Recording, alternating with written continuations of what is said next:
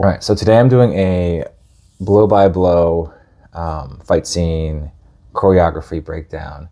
Okay, so I've got a video here, right, and what I'm going to do, I'll link the video below.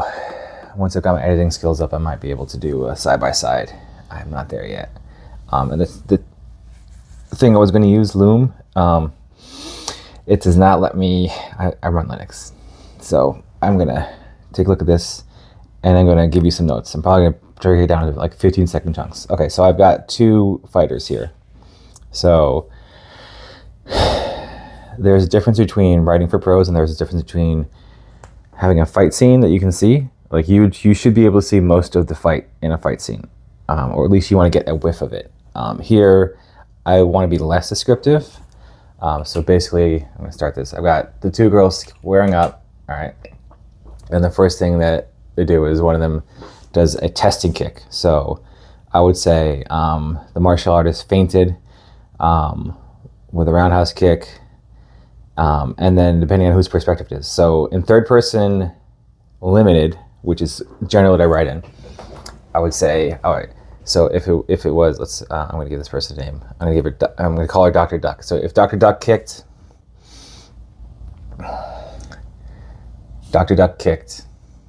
feinting to get her enemy to move back, right? So then the boxer moves back about the 20-second mark. All right, and then, so there's two things here. Okay, so then the boxer steps back, and then she moves forward and she does a haymaker. So a haymaker is a punch where you're hitting with your strong arm, and it's a across the body move. All right, I know that because I used to teach martial arts.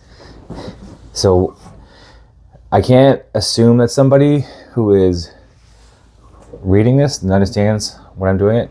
So I could just say the generic option is I would say she either punched crossbody, or she dealt a savage blow, or she stepped back from the feint and then pushed in wherever she punched, right, and connected, right? Let's see. The martial artist steps back. All right, and then from like 20 to 25, they're trading blows. All right, so the person is stepping back, blocking, and guarding her midsection. How would we put that? So Dr. Duck is stepping back, and she's guarding her abs. And this is about, they're both female, so don't worry about this, Dr. Duck, my Scottish friend. So she's stepping back, and she's guarding her feet, her torso, and then, since I'm writing in third person close, I would try to say like, okay, what does that feel like? So that feels like she's getting slapped. It feels like she's getting slapped, or it feels like she's moved back enough that it's not going to hurt her as much, even though the boxer is moving faster. And the thing about boxers is that they focus on their fists, and they focus on speed in their attack. All right. Yeah. All right, and then so I'm trying to determine if this person is a Muay Thai fighter or just a generic martial artist, because what she does is she steps back. I plot that out, and then she does a kick behind the leg.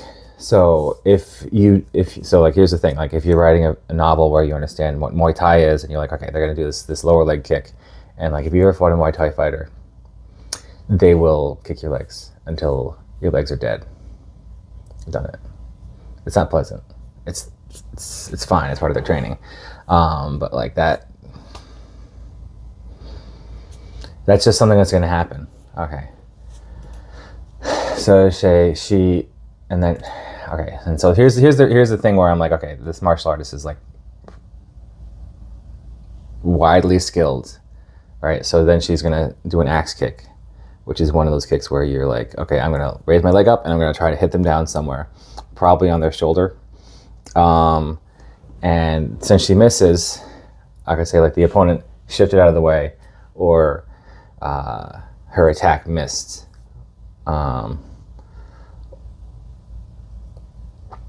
It's hard to, so like you have to, so what I would do to establish this is, if I was going to write a martial arts epic, I would have to establish some of these movements. So the way that I did this in Nascent Soul Child is that he's a Tai Chi guy.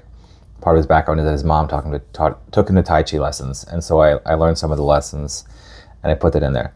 The way that you could do this in a novel is you could say, okay, I know that he's practiced this kick, so however many times, right? So let's say like he's doing a roundhouse kick, but he's practiced it a certain way, right? So say he's doing the rising dragon roundhouse kick or something like that. So that immediately gives you, so if I say roundhouse kick, then you're gonna have one idea. And if I say the rising dragon roundhouse kick, then it'll be a different idea. So if I say the axe kick, which is a normal kick in martial arts, learned from Taekwondo, then you have an idea what that is. But if I say the guillotine kick or something like that, then you'd be like, okay, I have a visual of what's happening there, right? Because that was the only time that she does something so outlandish. All right, I keep going. All right, and then she squares up. Okay, so there's so there's like an easy like pose here where you're like, okay, I'm squared up. So she steps back and squares up, and then what you have to do is give the reader an idea of what that means to be squared up. So they're going to be able to move easily in any direction, right? So you're going to spend some time in the beginning establishing what that means. So what that means is that their feet are about shoulder width. They're leaning on one side. If you know, so you should know which handedness your character is, right? I'm about 35 seconds. They're resetting. All right, and now they're doing the thing. Okay, so martial arts feints in. All right, and then they're gonna do so now I'm gonna try to summarize this. So I'm about the 45-second mark. So now they're going to go in, they're gonna do a little bit of a barrage of blows, right? So I would say they're doing, the boxer unleashed a flurry of blows upon her. Then Dr. Duck stepped back to try to counter. 45 seconds here. She nailed one easy hit, right? So I'm not going to do every single blow, right? So like they just had like 5 punches, most of which were missing, right? And is that entertaining to watch? Yes. Is that entertaining to read? No. I want to kind of summarize that a little bit. Every time that she gets hit, though, where I'm at 45 seconds. So she's gonna get hit in the shoulder. All right. Oh man. And then she does like okay. So here's my problem with this martial artist. All right. She keeps jumping around, and there's several times she does like the wrong kick. Like she does like a hook kick, or she'll flip from like left side to right side, because obviously she's right side dominant, right? So there has to be a reason why you're kicking, or why you're shifting. And when I say that, I'm like, she's squared up, and then she's gonna shift to the other side. There has to be a reason for that. And that's probably because she's going to shift from her left leg back to her right leg back, and then kick with that right leg because she's strong with that right leg, right? So I would say like write that into the thing. Okay, knowing that her right leg was in the wrong position, she shifted her right leg back, left leg forward at the same time, jumping, and in that moment, that's when the boxer attacks. And let's see. Now they're just trading. Okay. So from about 50 to about 56, the martial artist is just reeling and on the back foot. And then she's going to do this in about a minute and 4 seconds. Okay. So this is like an open palm punch, right? So she's doing this motion, but with her foot against the boxer's face. So your legs are very powerful. I don't have a word for that.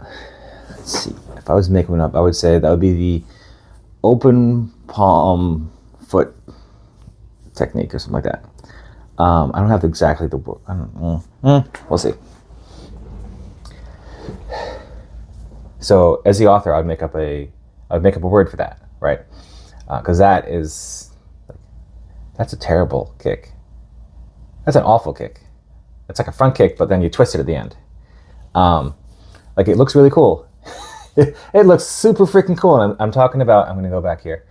So the kick that happens at 1:03 in this girls fight, it looks super freaking cool. And then they slow down. So you see the slowdown, and that's where I would just be like, okay, MC, the Dr. Duck landed a kick on her enemy's throat. I would spend like a paragraph on that, like how that felt. Like she should feel elated. She should feel like she got something right. All right, and then her opponent's staggering back, and then she sweeps the leg, and she punch, and then she fucking, it's cursing in this, and then she knocks out her enemy, basically. Okay, so to summarize, what I'm seeing here is, I want you to you can watch this a couple times, the girls fight, Annie versus Sami.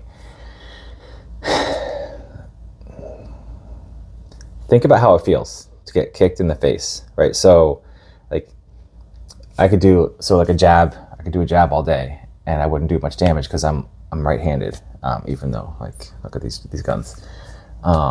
If I hit you with a haymaker, right, where I've squared up.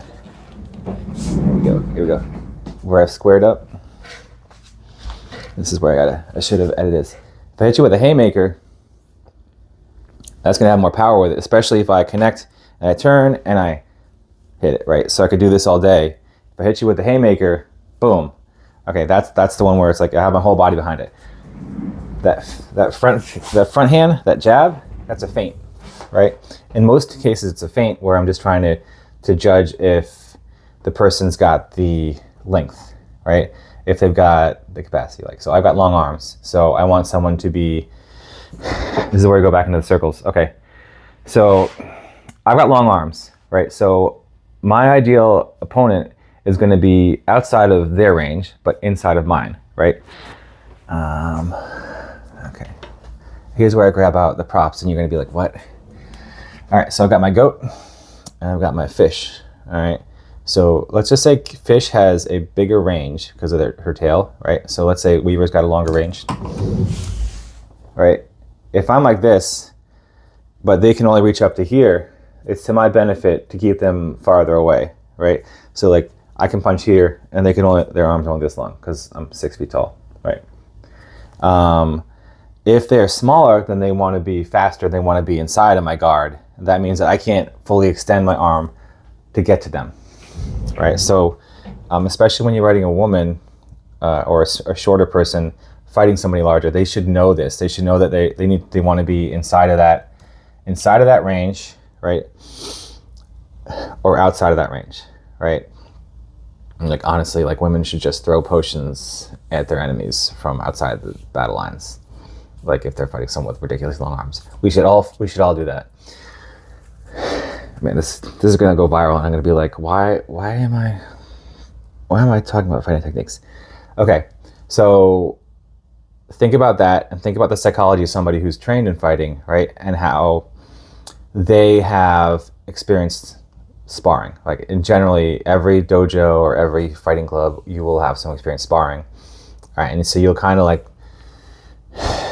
I don't want to say like mostly men go to martial arts, but like you will probably have an experience fighting a taller man or a heavier man if you go to a martial arts school, and you'll have to learn how to do that. All right, so the real, and I'm going to leave you with this, the real terror is fighting a little girl who knows what the heck she's doing and is strong as heck, because you're like, how do I fight that?